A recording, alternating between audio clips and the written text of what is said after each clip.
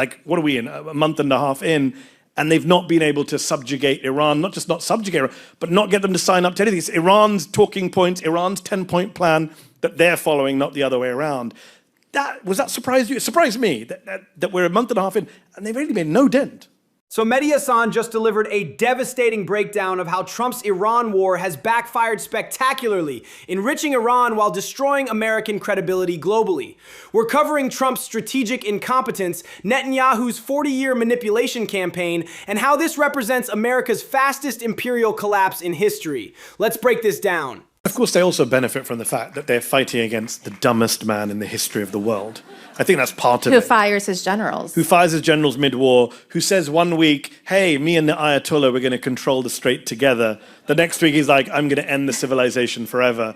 Then he's all over the place when it comes to this subject. This gets to the core problem. You can't fight a strategic adversary when your commander-in-chief changes his mind weekly. Trump fired Mark Esper mid-conflict, then contradicted his own Pentagon on Iran policy 3 times in 1 month. Military effectiveness requires consistency, not Twitter diplomacy. Is this, for the United States, a bigger defeat than Vietnam? Here we go. Vietnam took 8 years to become synonymous with American defeat. This Iran disaster achieved the same result in 6 weeks. The speed of this collapse is unprecedented. From military intervention to complete strategic failure, faster than any conflict in modern American history. Is this for the United States? People are talking about end of empire. Trump is now, the European allies have turned. Is it the end of NATO? The Middle East, the Gulf countries are now thinking, was our close embrace of the US worth it? A lot of questions being asked. The Chinese are kind of laughing as they watch us. Is this, for the United States, a bigger defeat than Vietnam? The alliance breakdown is accelerating exactly as predicted. Germany just announced energy deals with China. Saudi Arabia is negotiating yuan-denominated oil contracts, and even Britain is questioning the special relationship. When your closest allies start hedging their bets, empire is over. Coming out and saying, we didn't expect them to hit the Gulf countries. We didn't expect them to close the Strait of Hormuz. It's like, what the hell's wrong with you? Like, they've been saying this out loud for 20 years. Iran literally published their Strait of Hormuz closure strategy in 2019. Their Revolutionary Guard conducted public exercises demonstrating exactly these tactics. This wasn't hidden intelligence. It was openly available information that Pentagon planners apparently never bothered reading. The studies I see floating around online are saying they could make up to $80 billion a year from the tolls. And that is basically a 30% increase in GDP for Iran. Yeah. Only Donald Trump can attack a country and increase its GDP by 30%, which is like there's a book by Rick Wilson, Everything Trump Touches Dies. The economics are staggering. America spent $2.3 trillion on the Iraq war over 20 years. Iran will make $80 billion annually just from straight tolls. That's $1.6 trillion over the same period. All thanks to Trump handing them control of global oil shipments. I think Benjamin Netanyahu's made it clear that I waited 40 years for this guy, for someone stupid enough to listen to me. Said it. Netanyahu, we've all seen the Daily Show montage, like, there's going to be a nuke in 2 weeks. He's been saying it since 1990. Nuke in 2 weeks. And then Trump came along and did what George W. Bush did not do, what Barack Obama, Joe Biden, etc. did not do. Netanyahu has been lobbying for this Iran war since 1992. 34 years of the same presentation. Bush Sr., Clinton, Bush Jr., Obama, and Biden all said no. Only Trump was gullible enough to fall for the Iran will have nukes next month routine that Netanyahu's been recycling for decades. Donald Trump is going to Dearborn, Michigan, and telling the Lebanese, Iranian, Palestinian communities, vote for me. I'm not campaigning with Liz Cheney. There'll be no wars in the Middle East under my watch.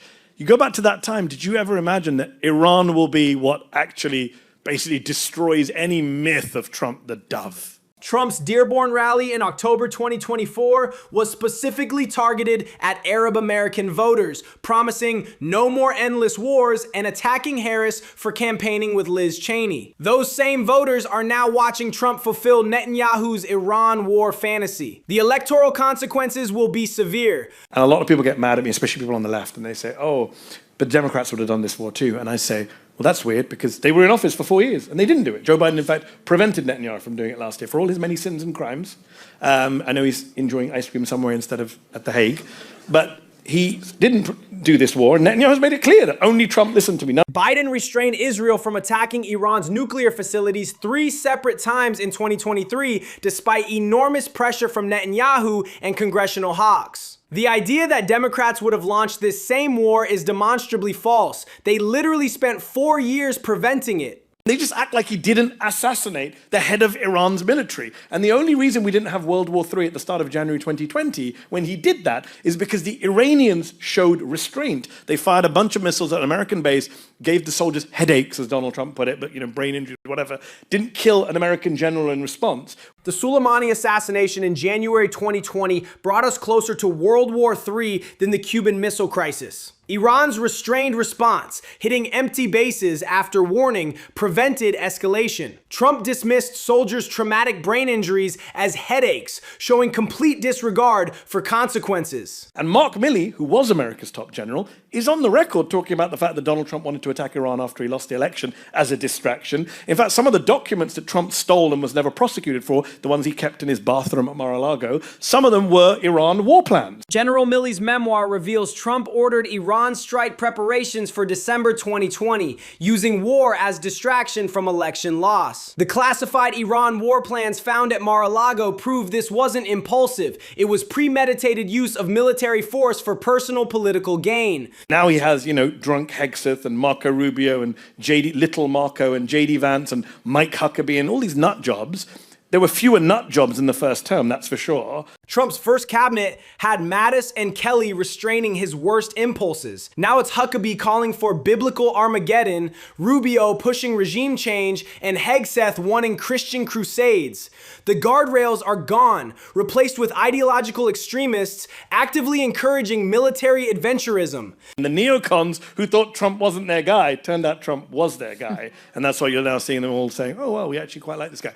Bill Kristol, John Bolton, and Max Boot, the architects of Iraq war disaster, are now praising Trump's Iran strategy. The same neoconservatives who called him unfit in 2016 realize he's their perfect useful idiot, willing to start wars while lacking understanding of consequences. So it's the idea that America is this innocent, naive, wandering. America was just minding its own business till evil Netanyahu dragged us into this war against our choice. We just stumbled and bumbled our way into the Middle East. And I think we have to understand, as you said earlier, we are an empire. We were an empire long before Benjamin Netanyahu. America overthrew governments in Iran, 1953, Guatemala, 1954, Chile, 1973, Nicaragua, 1980s, all without Israeli involvement. This empire was built on regime change and resource extraction long before Netanyahu was born. Blaming Israel alone ignores America's independent imperial history and agency. Don't let anyone tell you that you don't have a role to play in your society, in your community, in your college, in your workplace. That's what they want you to think. The anti-war movement that stopped Bush's Iran plans in 2007 proves citizen action works. Congressional pressure, mass protests, and electoral accountability can force policy changes. Every call to representatives, every protest, every vote against war hawks builds the pressure that prevents these disasters.